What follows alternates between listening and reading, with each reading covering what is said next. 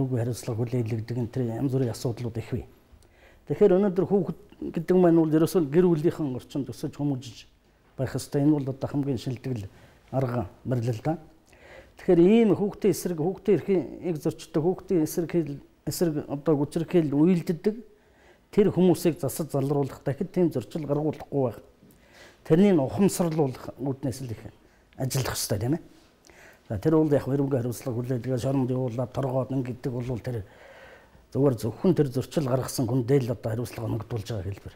Тэгснээрээ тэр хүүхдийн эрхэн зөрчигдсөн хүүхдийн гохирол нөхөн төлөгдөхгүй шүү дээ. Гохирол төлөгдөхгүй тэр байдал сайжрахгүй. Тэгэхээр хамгийн гол нь ухамсарлуулах. Эргээд тэр хүүхдүүдийн зөв боловсроо харьцдаг, сонсдог ийм нөхцөл байдалд эцэг эхчүүдийг багш нарыг тийм ээ сурган хүмүүжүүлэгчдийг сургах, ухааруулах, ойлгуулах асуудал бол одоо хамгийн гол чухал асуудал. Түрүүнд би тэд яриа эхлэхийн өмнө өнөөдөр хүний эрхийн өдрөө гэдэг асуултаар яриагаа эхэлж байсан. Энэ өдрийн хүрээнд бас хийгдэх гэж байгаа ажлын талаар бас мэдэрч тарах түрүүнд бас нэлээд үзүүлээ хэлсэн. Ер нь бас энэ дээр нэмж таны зүгээс бас тодруулбал яг өнөөдөр бол одоо хүний эрхийг за хамгаалах, хангах одоо энэ тал руугаа чиглэсэн ийм өдөр. Хүн болгон бас энэ өдрийн талаар бас мэдчих хэвээр гэдэг ийм одоо байр суурьнаас бол хандах хэвээр. Тэгэхээр би хүний эрхийн өдрийг бас хоёр талаар нь хэлмээр байгаа. Нэг талдаа бол хүний эрхийг хангаж хамгаалдаг эргээд одоо хүний эрхийн төлөө тэмцэгч нар, эртний нийгмийн байгууллагууд, хүний эрхийн үндэсний байгууллагууд энэ баярын өдөр. Яг тэгвэл тэр жилдээ тэр өдрөө бид нар ийм одоо ажил хийлээ, ийм одоо ажил хийх гэж байна гэж. Нөгөө талаар энэ бол тэмцлийн өдөр.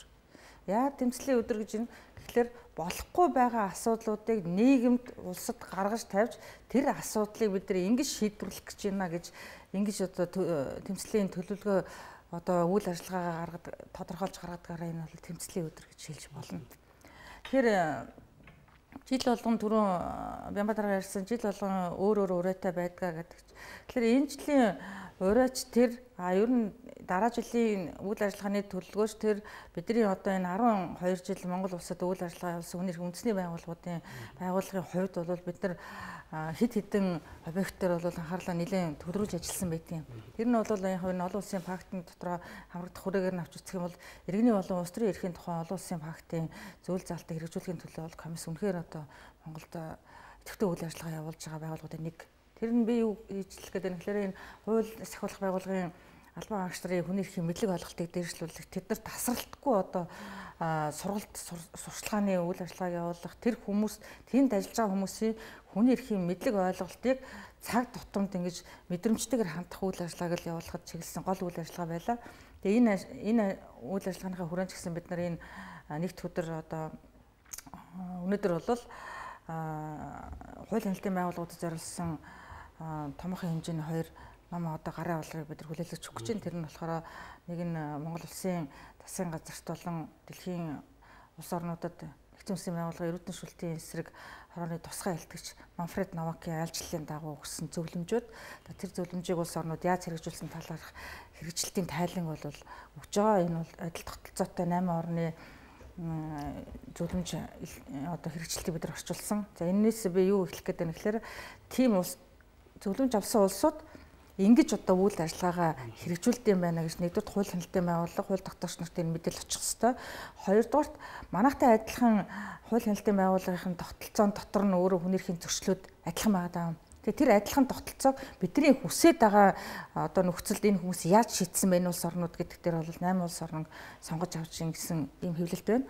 За хоёрдугаарт нь бол нэгдсэн улсын байгууллагын ерөнхий ассамбле зөвхөн цагдаагийн байгууллагын ажлуудад зориулсан хүний эрхийн стандарт туршлагын гарын авалгыг ассамблеийн ерөнхий хуралдаанаар тогтоолоор баталсан ийм гарын авалга материалыг бол бид нар нэгдсэн улсын байгууллагын хөгжлийн хөтөлбөрийн тусламжтайгаар энийг хэвлэж гаргаж байна. Тэгээ энэ бол цагдаагийн байгууллагад ажиллаж байгаа бүх хүмүүсийн өөрийн ном болох ёстой. Тийм учраас энд заагдсан одоо бидний л яриад байдаг нийтлэг зөрчил дэлхийн улс орнуудыг аль ч гэж ялахгүйгээр ингэж одоо хэрэгжүүлэх хэрэгтэй байна гэдэг ийм гарын авалгыг бол бид нар хэвлэж өгч байна. Хэвлэж өгч байна. Хөдөлгөж өгч байна. Тэгээд нөгөө тэгвэр энэ бас энэ жилийн бидний хийсэн бас одоо том нэг номын нээлт болно. Энэ ном бол Фридрих Эбертийн Конрад Аденауэрийн сангийн санхүүгийн дэмжлэг одоо олон талын оролцоотойгоор хэвлэсэн хүний эрхийн тайлбар толыг одоо Монголд анхудаа бид нар өөрсдийнхөө ажилтнууд өөрсдийнхөө нөөц болцоон дээр бүгдээрэнд нь одоо боловсруулж ингэж гаргаж байгаа. Өөрсдөө боловсруулж тийм. Тий, өөрсдөө хамгийн гол нь өөрсдөө боловсруулсан ном байгаа. Тэгээд энэний нээлт бол төв номын сандаар болно. Энэ ном бол хүний эрхийн нэр томьёог яаж одоо олон улсад болон өөртөө ойлгож хэрэгжүүлэх ёстой юм. Энэ ойлголтын дотор ямар одоо үг үсэг өгүүлбэр зөө эрх зүйн талаасаа нийгэм талаасаа тайлбарлагдсан бэ гэдэг бол энэ бол нэлээд юм том хэмжээний ном бол хэвлэгдэж гарч байгаа. Тэр нээлт нь бол төв ном сандар болох ёстой. Тэгэхээр бас би Дашнар жигшээний асуултанд нэг зүйлийг хэлье гэж бодож байгаа. Одоо урьдчилан сэргийлэх асуудал. Тэгтээ зэрэг энэ хүүхдийн асуудлыг харин манай Монголын хэвлэл мэдээллийнхэн бол үнэхээр сайн гарга тавилаа. Энэний ач холбогдол бол ганц тэр одоо хэрэг хийсэн нөхрийн тухай асуудал ч юм уу тэр хүүхд эцэг гэхээсээ илүү олон эцэг хийхэд сурамж болж байгаа байхгүй юу? Уг нь жилийн өмнө манайх сэтгүүлчдийн дунд дуралдаан зарлж байгаа нэг материал худалдаж авсан юм. 7 наст бас л жоох настай нэг охиныг бүр өстө зодоод хүний юуд гарцсан бүх материалаар хийсэн. Тэгээ тэрнийг одоо ингээд телевизүүдээр тавиад олон түмэнд жигшүүлэх зорилготой ингээд хийгээд ингээд явахтаа зэрэг нөгөө арилжааны нөхцөлтэй учраас тэр цацалтын мөнгөийг бид нар дийлэхгүй байгаад байх юм л да. Уг нь хэвлэл мэдээллийн байгууллага яг энэ юмыг олон түмэнд одоо энэ сенсацтай хүргэсэн шиг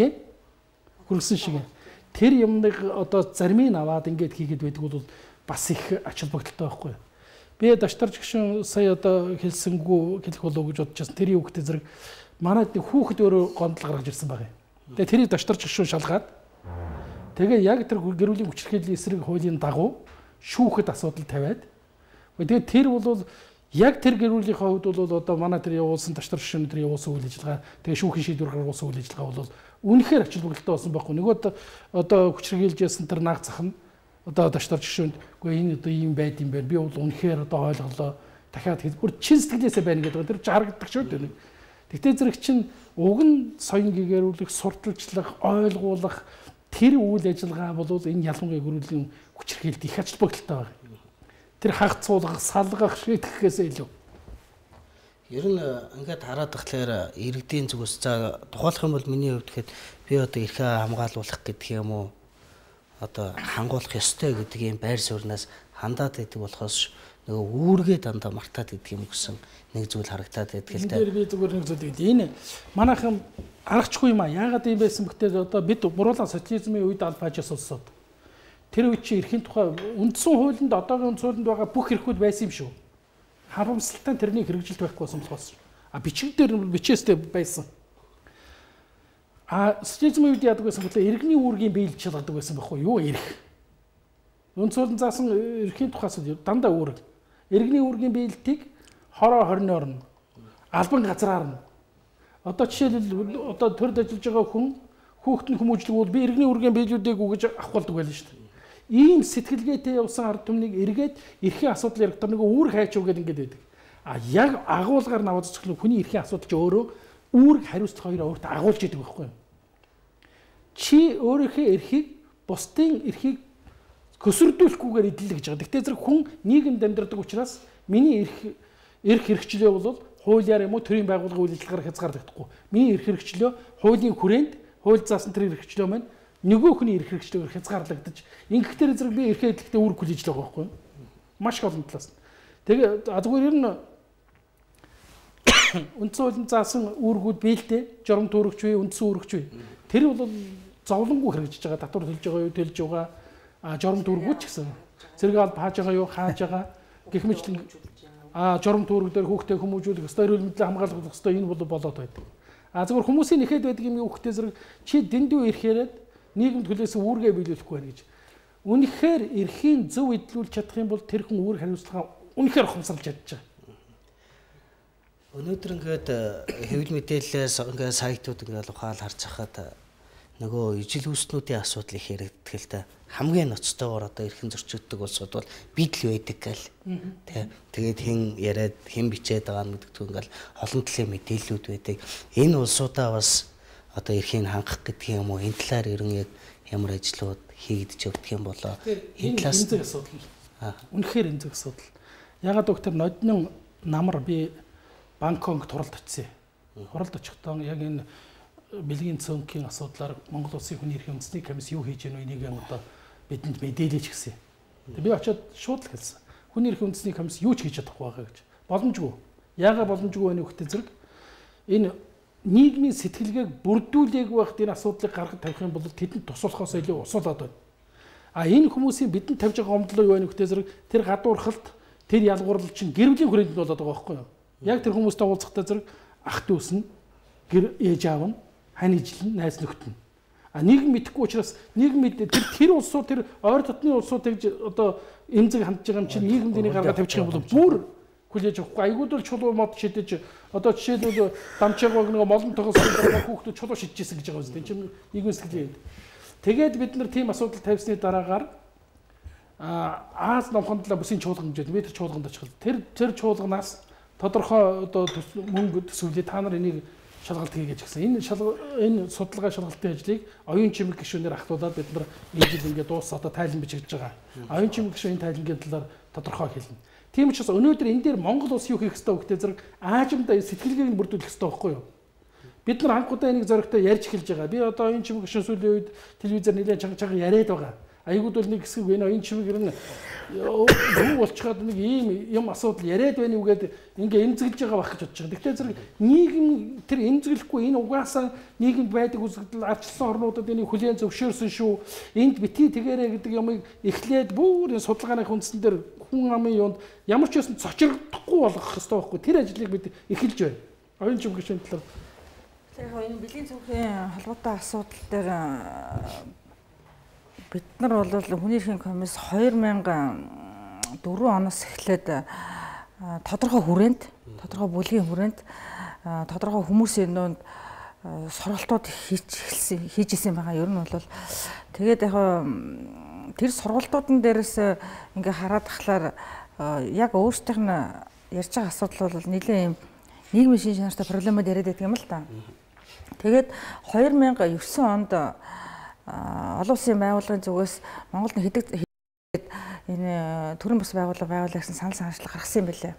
Тэгээд тэр төрийн бас байгууллагыг энэ чинь нэрээ аваад тамга тэмдэг авч үйл ажиллагаа явуулах хэрэгтэй шүү дээ Монгол улсын хуулиар. Тэгээд тэрүүн дээр гацаа гарсан.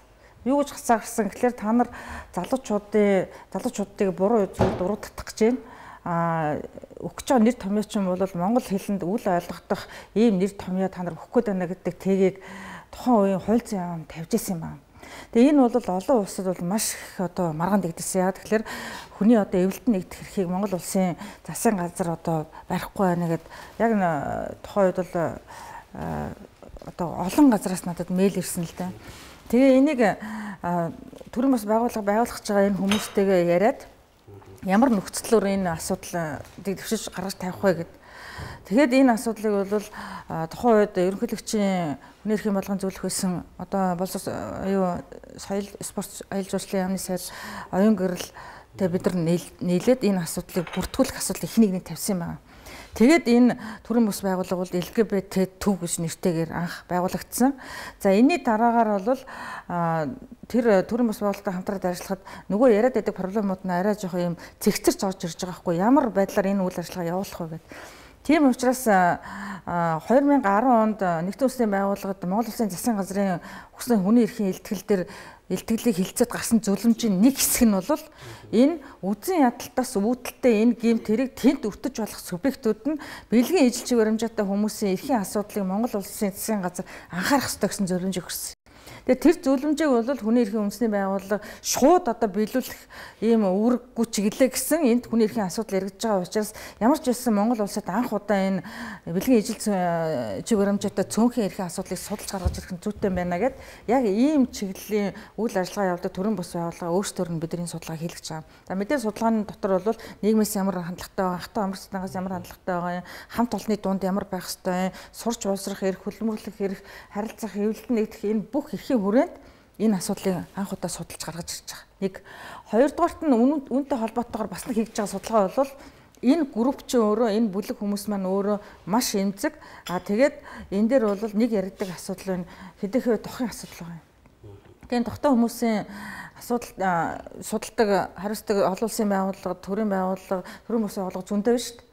Энэ дотроос бид нар юуг сонгож авсан гэхээр энэ группийн одоо энэ бүлгийн улсууд өөрсдөө бие биендээ тухалтаасан асуудал нь ямар хэмжээнд байгаа юм бэ гэдэг. Энийг бол үндсэндээ бас судалж байна. Тэгээ энэ бас л Монголд одоо анх удаа хийгдэж байгаа, хүний их талаас хийгдэж байгаа ийм судалгаа болж байгаа. Тэгэхээр зүгээр судалгааны ерөнхий урьдчилан байдлаас харахаар ялгуурлан гадуурхалтын өртдөг маш их тохиолдол байдаг юм байна. Нэг хоёрдугаарт хүмүүс хүлээж авдаггүй, нийгэм хүлээж авдаггүй учраас бүх одоо гэр бүлийн байдал, сурч уулзрах, хөлмөрлөх хэрэг хэрэгжүүлэх энэ асуудал бол бүгд одоо нэг хувь хүний нууцын зэрэглэлд очсон. Тэгээ тэргээ ил гаргаж тавихаар ялгуурлан гадуурхалд үзэн ядалтын ийм гэмтэргийн золиос олох ийм эрсдлийг дагуулж идэг учраас идэвхтэй үйл ажиллагаа явуулахад эрсдэл их байна гэж үздэг юм байлээ. Нөгөө талаас нь эмнэлгийн үйлчлэг авахд бол маш хүндрэлтэй. Яг тэгэхээр эмчнэр бол тодорхой хэмжээгээр өөрийнхөө мэргэжлийн төвшөнд үзээд ийм одоо чиг баримжааны хүмүүс байна гэхэд ямар нэг эмчилгээ үйлчлэг хийхээс татгалздаг. Тэр болгондоо асуудалтай хариулт авч чаддгүй, эмчилгээ үйлчлэг авч чаддгүй гэсэн ийм зүйлүүд байгаа. Нөгөө талаас нь хууль хяналтын байгууллагад хамтгаад хууль хяналтын байгууллагын ажилтнуудынх нь өөрсдийнх нь мэдлэггүйгээс болоод энэ хүмүүсийн нэр төр алдар нэр төрөөр гутаанд оромжлохдох энэ асуудал бол бас шууд утгаараа нэлээд байдаг юм байна гэсэн юм судалгааны төв үргэлжилж гарч байгаа. Ер нь хэцүү шүү дээ. Би нэг удаа энд бас мөнгө энэ судалгааг бодлоо жаах эртхэн хийгээ мөнгө хөөцөлтөөд ингэж яаж яхад бас нэг томоохон албанд шалданд орчиход үнэн сэтгэлээс энийг гэдсэн л тэгээд би дараах маань би бас ингэж инээжсэн юм аа. Наа чи энийх асуудал биш. Үнэхээр наа чи энийх асуудал биш юм байна. Дэлхийн олон улсын зөвлөмжч гарчлаа гэдэг ингэ. Тэгээ тэргээр би хүнийг муулах гэж байгаа юм биш. Ерөөс нийгэм байна тийм сэтгэлгээтэй байгаад байгаа байхгүй юу? Бараг л. Магадгүй хоёр эрэгтэй хүн ойрхон бол хардах ч юм уу. Ер нь тийм л байж байгаа. Монголд ч юм бол ер нь энэ талын хүн ам цөтэй болооч гэдэг юм уу, иймэрхэн эмзэг хэсгийн асуудлууд ч маш хүндий юм байна шүү дээ. Ер нь бол энэ нийгмийн психологийг зөв бүрдүүлэхгүй бол одоо сайн үеийн гişний ярьдаг тэр доохын халдварын асуудал байна шүү дээ. Яг доктор нууцлах хэвээр эмчилгээ бүх юм гэтэл ч нөгөө өвчлөл нь бас өөрөө нуугаад тооноос өөд Монгол арай өөр онцлог энэ дэлхийн нийтээс арай өөр байдлаар асуудалд хандах юм биш байгаа даа гэдэг асуудал хүртэл гарч ирж байна шүү дээ. Тэгэхээр хүний эрх зөрчигдөж байгаа бас Монгол хүний эрх зөрчигдөж байгаа нэлээд олон салбар байдаг л дээ. Тэр сүүлийн үед яг улс орны хөгжилтэй холбоотой орчих юм одоо уул уурхай салбарт хүний эрх одоо нэлээд зөрчигдөж байна л ийм асуудал ирж байгаа шүү дээ. Бизнесийн орчинд бол хоёр нөхцөлд зөрчигдөж байна. Нэгдүгээр хөдөлмөрлөх эрхийн асуудал дотоод хөдөлмөрлөх эрхтэй холбоотой асуудал. За энэ талаар бол одоо хэн даштарч гişүүн нэлийн хөөцөлтгийг ярих бах. Нөгөө нэг юм нөхдөд бизнесийн үйл ажиллагаанаас шалтгаалж бусдын эрүүл аюулгүй орчинд амьдрах эрхийн асуудлыг зөрчиж байгаа ийм хоёр бизнесийн үйл ажиллагаатай холбоотой юм байна. Бид нар бол тэр уул уурхай асуудал, уул уурхайтай холбоотой аюулгүй орчинд амьдрах асуудлаар тодорхой бүтэн жил ажил хийгээ, судалгаа явуулаа, шалгалт явуулаа, тэгээд 10 сараар том хурал хийсэн, зөвлөмж гаргасан энэ талаар бол одоо иргэд бас цохим мэдээлэлтэй болсон байх. Даштарч гişүн энэ чиглэлийн ялангуяа хөдөлмөрлөлттэй холбоотой асуудал. Хөдөлмөрлөх хэрэгтэй холбоотой асуудал бол зах зээлийн эдийн засгт шилжсэнтэй холбоотойгоор хамгийн одоо